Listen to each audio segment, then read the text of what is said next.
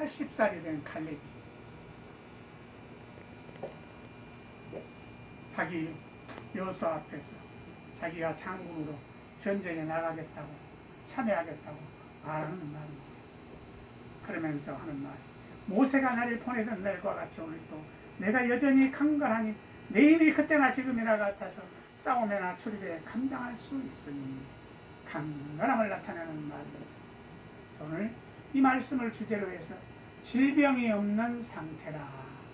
질병이 없는 상태는 무엇을 말하며 우리가 세상을 어떻게 승리의 삶을 살아갈 수 있을 것인가 하는 상고해보는 시간을 갖고자 합니다.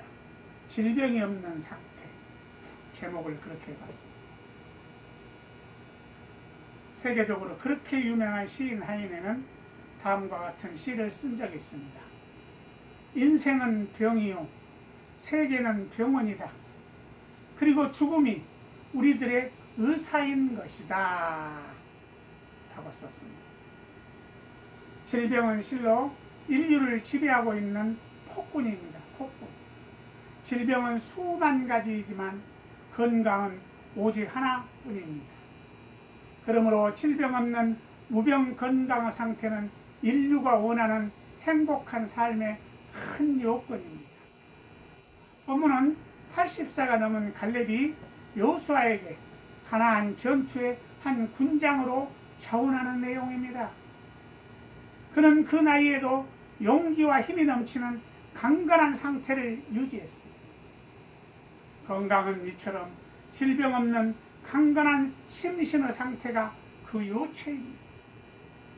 그러면 질병의 원인과 그 폐해를 통해 무병 건강의 상태의 요건은 무엇인지 함께 상고해 보도록 하겠습니다. 첫 번째, 질병의 원인과 그 폐해는 어떤 것인가?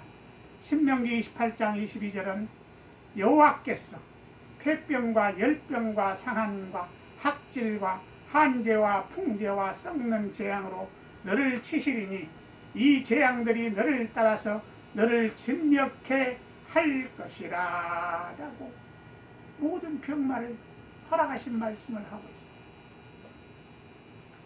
하나님 말씀을 위반할 때 질병은 인류의 역사와 그 문명과 늘 동행해 왔습니다. 질병과 역사, 질병의 종류는 인간의 역사처럼 유구하며 그 종류도 다양합니다. 사전적인 의미로 볼 때 질병은 바이러스에 의한 감염 혹은 심신의 불균형 또는 태하로 인한 정상적인 생리나 정신적 기능이 손상한 상태를 가리킵니다. 성경도 구약에서부터 수많은 질병을 언급하고 있습니다.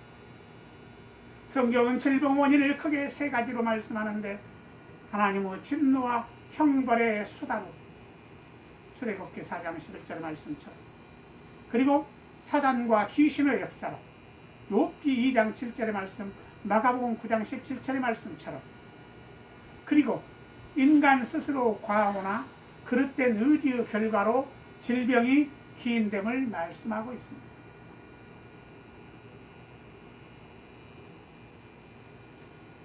그러나 종국적으로 마지막으로는 하나님과 그 뜻을 올바로 받든다면 질병과는 무관한 강건한 삶을 구가할 수 있음을 여러 성경을 통하여서 언약하고 계십니다. 출애굽기나 신명기를 통해서 언약하고 계시는 것입니다.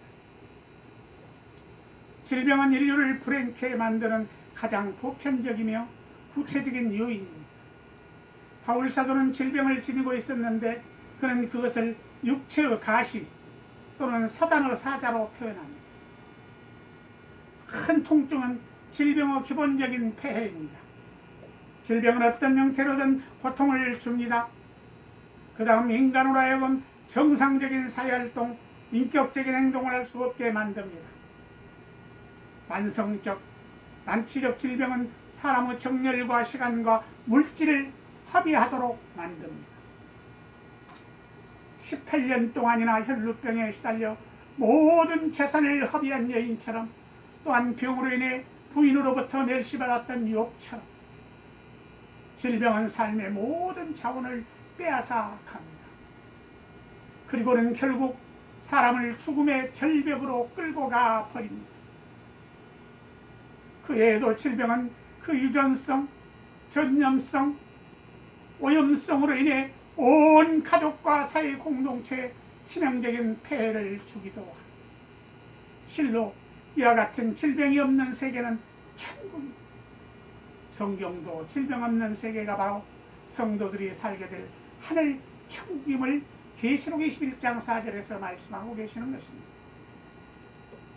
두 번째로, 성경적인 포괄적 건강 상태는 무엇을 말합니까?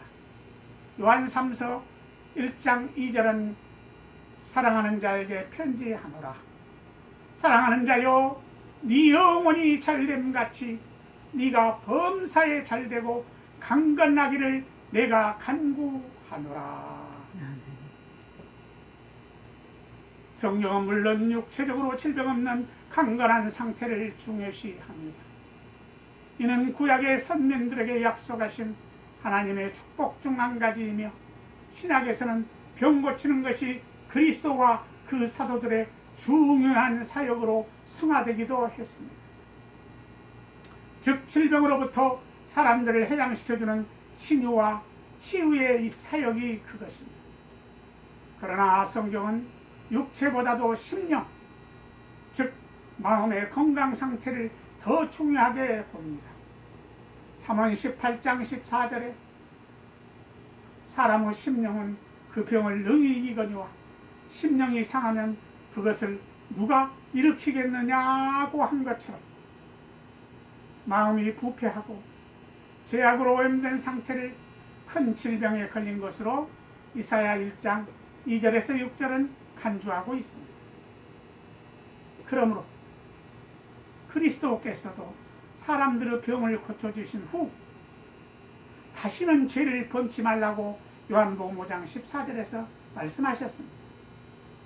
단지 육체적으로, 심리적으로 정상적인 상태만을 건강한 것으로 보는 일반적인 건강관과는 달리 성경은 영적, 윤리적인 면까지도 포함시키는 것입니다. 한 걸음 더 나아가 성경의 건강과는 적극적입니다. 즉, 활발하게 하나님의 뜻을 행하는 사람을 경건한 사람으로 봅니다. 확실한 신앙으로 하나님을 섬기는 삶에 요동이 없는 성도, 전도와 봉사의 생활을 활발하게 하는 성도를 강건한 사람으로 간주합니다. 디모데후서 4장 17절의 말씀처럼. 반면 하나님을 거역하고 하나님의 사랑을 이웃에게 실천치 못하는 사람은 그 신앙과 정신에 장애를 지닌 사람으로 취급합니다. 마찬가지로 인색함, 탐심, 고집, 오만함, 어리석음 등 올바른 윤리생활을 하지 못하는 사람들은 일종의 큰 질병을 지닌 사람들인 것입니다. 마지막 세 번째로, 질병 없는 삶의 요건은 무엇입니까? 출애굽기 15장 26절은 말합니다. 가라사대 너희가 너희 하나님 나 여호와의 말을 청종하고 나의 보기에 의를 행하며 내 계명의 귀를 기울이며 내 모든 규례를 지키면 내가 애굽 사람에게 내린 모든 질병의 하나도 너희에게 내리지 아니하리니 나는 너희를 치료하는 여호와이니라 라고 말씀하고 있습니다. 엄밀한 의미로 질병과 전혀 무관한 삶이란 불가능합니다. 사람마다 한두 번의 질병을 앓게 됩니다. 감기, 몸살 같은 육체의 작은 병도 질병입니다. 그러나 문제는 치명적인 질병, 무지와 가호로 인한 질병에 걸리지 않는 것입니다. 하나님께서는 내기를 통해 성결예법을 제시하셨는데 이 법은 일종의 질병 예방법인 셈입니다.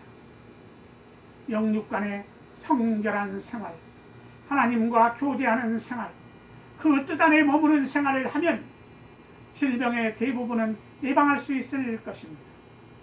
병도 하나님께서 허락하셔야만 걸리는 것입니다. 하나님과 그 뜻에 순복하는 생활이야말로 질병 예방의 최선의 방법이 될 것입니다. 성도들이라고 해서 전혀 질병에 걸리지 않을 수는 없을 것입니다. 가호로 인해 또는 무리함으로 또는 무지함으로 병을 얻게 됩니다. 그때마다 성도들은 회개와 믿음으로 주님의 말씀과 성령으로 치유받아야 합니다.